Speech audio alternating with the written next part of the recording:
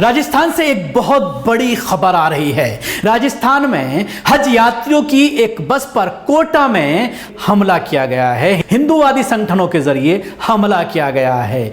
आप अपनी TV screen पर देख सकते हैं, ये वही बस है जिस बस में हज यात्री कोटा से जयपुर के लिए फ्लाइट पकड़ने के लिए रवाना हुए थे। इस बस में तकरीबन 60 यात्री बताए जा रहे हैं जो इस बस में सवार थे, जो हज यात्री थे। कोटा से आ रहे थे ये हज यात्री और इनको मदीना मुनव्वरा के लिए फ्लाइट पकड़नी थी जयपुर से। जयपुर एम्बार्केशन पॉइंट है। सेंट्रल हज कमेटी की जो फ्लाइट का सिलसिला है वो 22 तारीख से शुरू हो चुका है। 22 तारीख से लगातार फ्लाइटें सऊदी अरब के मदीना मुनव्वरा के लिए रवाना हो रही हैं और ये हमला रात के वक्त किया गया, उस वक्त जब ये हाजी अपनी फ्लाइट पकड़ने के लिए जा रहे थे।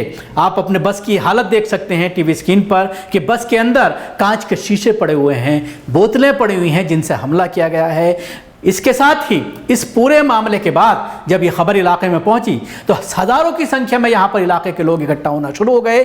बस को जाम किया गया, हाईवे को पूरी तरह से जाम कर दिया गया और मांग की जाने लगी उन लोगों को गिरफ्तार करने की जिन लोगों ने आज़िमीन हज पर, जो हज के मुकद्दस सफर पर जा रहे हैं, उनको टारगेट किया है, उन पर हमला करने की कोशिश की है, उनको जख्मी किया है। 2 लोग इसमें बताए जा रहे हैं, कुछ यात्री हैं जो जख्मी हैं। इसके साथ ही ड्राइवर और कंडक्टर की भी पिटाई की बात कही जा रही है। खुद ड्राइवर की बाइट इस पूरे मामले में सामने आई है जिसने इस पूरे मामले का खुलासा किया है और आरोप लगाया जा रहा है कि पुलिस कोई कार्रवाई नहीं कर रही है। पहले ड्राइवर की बात सुनते हैं, फिर आगे देखते हैं कि इस पूरे मामले में किस तरह की अभी तक कार्रवाई की गई है। गाड़ी निकली है और अभी तक रुका हुआ, कुछ भी कार्रवाई नहीं हो रही है। कम से कम 2 सवारी के लगी हुई है। मैं सरकारी ड्राइवर हूँ और मेरे कंडक्टर को 4 जने ने पीटा था, अभी तक कार्रवाई नहीं हो रही है। बस एक गाड़ी के साथ हम जा रहे थे जोधपुर के लिए, मारपीट बहुत सारी गाड़ियों के साथ हुई है। जोधपुर के लिए जा रहे थे, कम से कम 60 सवारी भरी है, फिर भी पुलिस कुछ काम नहीं कर रही है। इसमें 7.5 पुलिस की मिली भगती है। क्या नाम है आपका? मेरा नाम चंदू माली, जिला अजमेर, गांव तबीजी। तो देखा आपने, जिस तरह से ड्राइवर के जरिए यह आरोप लगाया जा रहा है कि पुलिस एफआईआर दर्ज नहीं कर रही, कार्रवाई नहीं कर रही, लेकिन इसी मामले में पुलिस के जरिए जब इसका ट्वीट है, उस ट्वीट में आप जाते हैं डिस्क्रिप्शन में तो देखने में यह आ रहा है कि पुलिस के जरिए भी ट्वीट किया गया और यह कहा जा रहा है कि इस पूरे मामले में हमने एफआईआर दर्ज कर ली है। 6 लोगों को गिरफ्तार किया गया है, पूरे मामले की छानबीन की जा रही है और किसी को भी बख्शा नहीं जाएगा। इसके साथ ही अभी भी हालात तनावपूर्ण बने हुए हैं, लेकिन जिस तरह से पूरे देश से अब हाजियों के जाने का सिलसिला शुरू हो गया है। 1,90,000 भारतीय हाजियों का कोटा है, जिसमें से तकरीबन 1.5 लाख हाजी ऐसे हैं जो सेंट्रल हज कमेटी के जरिए मुख्तलिफ एम्बार्केशन पॉइंट से, तकरीबन 18 एम्बार्केशन पॉइंट हैं देश के, जहां से ये हाजी जो आज़िमीन इकराम हैं वो अपनी फ्लाइटें पकड़ते हैं। और सबसे बड़ी बात यह है कि मैं आपको बताना चाहूंगा, जिस तरह से देश का माहौल है, मुसलमानों को टारगेट किया जा रहा है।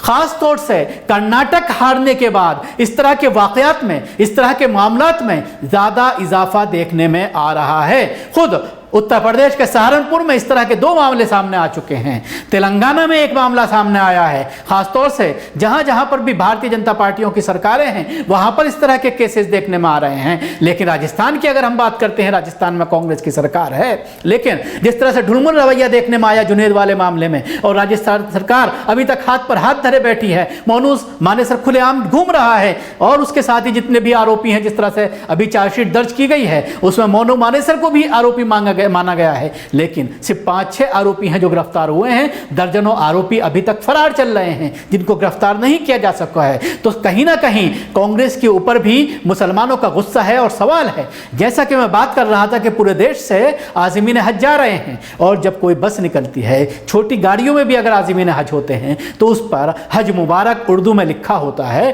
और उसके साथ ही बड़े बड़े बैनर्स भी बस के आगे लगे होते हैं। तो जाहिर सी बात है, ऐसी बसों को, ऐसी गाड़ियों को चिन्हित करना हिंदूवादी संगठनों के लिए, आतंकियों के लिए कोई मुश्किल काम नहीं है और वो पहले से ही ऐसी गाड़ियों को निशाना बनाते हैं, ऐसी गाड़ियों को चिन्हित करते हैं। लेकिन हाजियों की गाड़ी पर, वो भी बस पर हमले का मेरी नज़र में, मेरी जानकारी में, ये भारत में पहला मामला है जो सुर्खियों में आया है, जो सामने आया है कि जिसमें बिना किसी वजह के, बिना किसी सबब के किसी हाजियों की बस को टारगेट किया गया हो, उस पर हमला किया गया हो। अब सवाल यही खड़ा हो रहा है कि आखिर हाजियों ने क्या बिगाड़ा था, क्यों हमला किया गया। हमला किया जाता है ऐसी चीज़ों पर, ऐसी गाड़ियों पर, ऐसे ट्रकों पर जिसमें गाय मौजूद होती हैं, गाय ट्रांसपोर्ट की जा रही होती हैं, चाहे वो पालने के लिए लेकर जाया जा रहा हो। जब तो समझ में आता है कि साहब हमला करने का मकसद आपका ये है कि आप इल्ज़ाम लगा सकते हैं कि इनको काटने के लिए लेकर जाया जा रहा था, इनको ज़िबह करने के लिए लेकर जाया जा रहा था, लेकिन हाजियों की बस पर हमला क्यों, ये एक बड़ा सवाल है। अब देखने वाली बात होगी कि क्या इस खबर को गोदी मीडिया उठाती है, क्या गोदी मीडिया इस खबर को लेकर के हिंदूवादी संगठनों को कटघरे में खड़ा करती है, क्या गोदी मीडिया इस तरह के हमले की निंदा करती है, क्या इस तरह के हमले को लेकर के भारतीय जनता पार्टी के नेता सामने आते हैं। क्योंकि अभी जब दिल्ली इम्बार्केशन पॉइंट से आज़मीन हज का पहला काफिला 22 तारीख को रवाना हुआ, तो उस वक्त यहाँ पर एयरपोर्ट पर जो फंक्शन रखा गया सी ऑफ करने का हाजियों का, तो उस वक्त केंद्र सरकार में मंत्री हैं मीनाक्षी लेखी, विदेश राज्य मंत्री, और जो इस वक्त दिल्ली हज कमेटी की चेयरपर्सन हैं वो भी भारतीय जनता पार्टी से ताल्लुक़ रखती हैं। उसके अलावा दिल्ली के एलजी जिनको भारतीय जनता पार्टी ने अपॉइंट किया है, गृह मंत्री ने अपॉइंट किया है, ये तीनों साहिबान वहाँ पर मौजूद थे।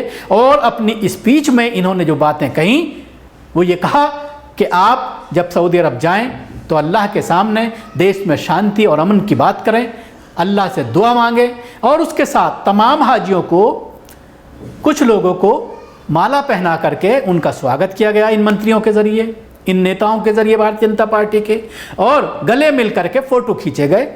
और ये पूरी दुनिया में ये मैसेज देने की कोशिश की गई कि भारतीय जनता पार्टी की सरकार में मुसलमानों को सारी मुराहत दी जा रही हैं। जब वो अपने मुक़द्दस हज के फरीज़े के लिए मदीना रवाना हो रहे हैं, सऊदी अरब रवाना हो रहे हैं, तो हमारा रिप्रेजेंटेशन वहाँ पर मौजूद है, हमारे रिप्रेजेंटेटिव वहाँ पर मौजूद हैं, और वो ना सिर्फ उनको मुबारकबाद देने के लिए पहुँचे हुए हैं बल्कि उनका स्वागत भी कर रहे हैं, उनसे दुआ की दरख्वास्त भी की जा रही है। उनके साथ फ़ोटो खिंचवा करके तमाम मीडिया को बुला करके, ANI को बुलाया गया था जो मेन चैनल है, ताकि तमाम चैनल्स तक ये खबर पहुंचाई जा सके, तमाम लोगों तक ये खबर पहुंचाई जा सके। और वहाँ पर जो मंत्री हैं मीनाक्षी लेखी, वो अपनी पीठ थपथपाती नजर आईं कि भारत से बड़ी संख्या में महिलाएं बिना महरम के जा रही हैं, जिसके लिए मोदी सरकार को श्रेय जाता है। हालांकि ये पूरी तरह से फर्जी बात है जिस पर मीडिया ने कोई बहस नहीं की, चाहे वो उर्दू मीडिया की बात करें, चाहे वो हिंदी या इंग्लिश मीडिया की बात करें, इस पर किसी ने सवाल नहीं उठाया, क्योंकि ये फैसला केंद्र सरकार का नहीं है, बल्कि ये फैसला सऊदी सरकार के जरिए लिया गया है कि बिना महरम के भी महिलाएं हज पर जा सकती हैं। ये फैसला सऊदी सरकार का है, और ये आज का नहीं है बल्कि 4-5 साल से ये चल रहा है कि बिना महरम के महिलाएं जाती हैं, जिसको लेकर के मुफ्ती इकराम में तफरका है फैसला। इसको लेकर के कुछ मुफ्ती कहते हैं कि बिना महरम का सफ़र नहीं हो सकता, लेकिन कुछ लोग, कुछ जो है मुफ्ती इकराम ने फतवा दिया और उसके बाद सऊदी सरकार ने ये फैसला लिया। तो सवाल यही खड़ा हो रहा है कि वो भारतीय जनता पार्टी के नेता जो अपने फ़ोटो खिंचा करके अपनी पीठ थपथपा रहे थे, उन्हीं के कुछ लोगों ने, हिंदू संगठनों से ताल्लुक़ रखने वाले कुछ गुंडा मवाली किस्म के लोगों ने, कुछ आतंकियों ने बस पर हमला किया है। एक बड़ा सवाल है सुरक्षा व्यवस्था के लिए, वो भी ऐसे मौसम में जब पूरे भारत से इस तरह की बसें, जिन पर बाकायदा जिनके बाकायदा बैनर लगे होते हैं, जिन पर बाकायदा पोस्टर लगे होते हैं, कितने सुरक्षित हैं, ये एक बड़ा सवाल इस हमले के बाद खड़ा हो गया है। और तमाम राज्य सरकारों को इस पूरे मामले में सतर्क होने की ज़रूरत है, सुरक्षा मुहैया कराने की ज़रूरत है हाजियों को, ताकि वो सुरक्षित अपने एम्बार्केशन पॉइंट तक पहुंच सकें। शुक्रिया, आपको हमारी कोशिश कैसे लगी जरूर बताएं। हमारे यूट्यूब चैनल को सब्सक्राइब करना ना भूलें, इसके साथ ही बेल आइकन जरूर दबाएं। अगर आप ये वीडियो फेसबुक पर देख रहे हैं तो पेज को लाइक करें, उसके साथ ही फॉलो भी करें।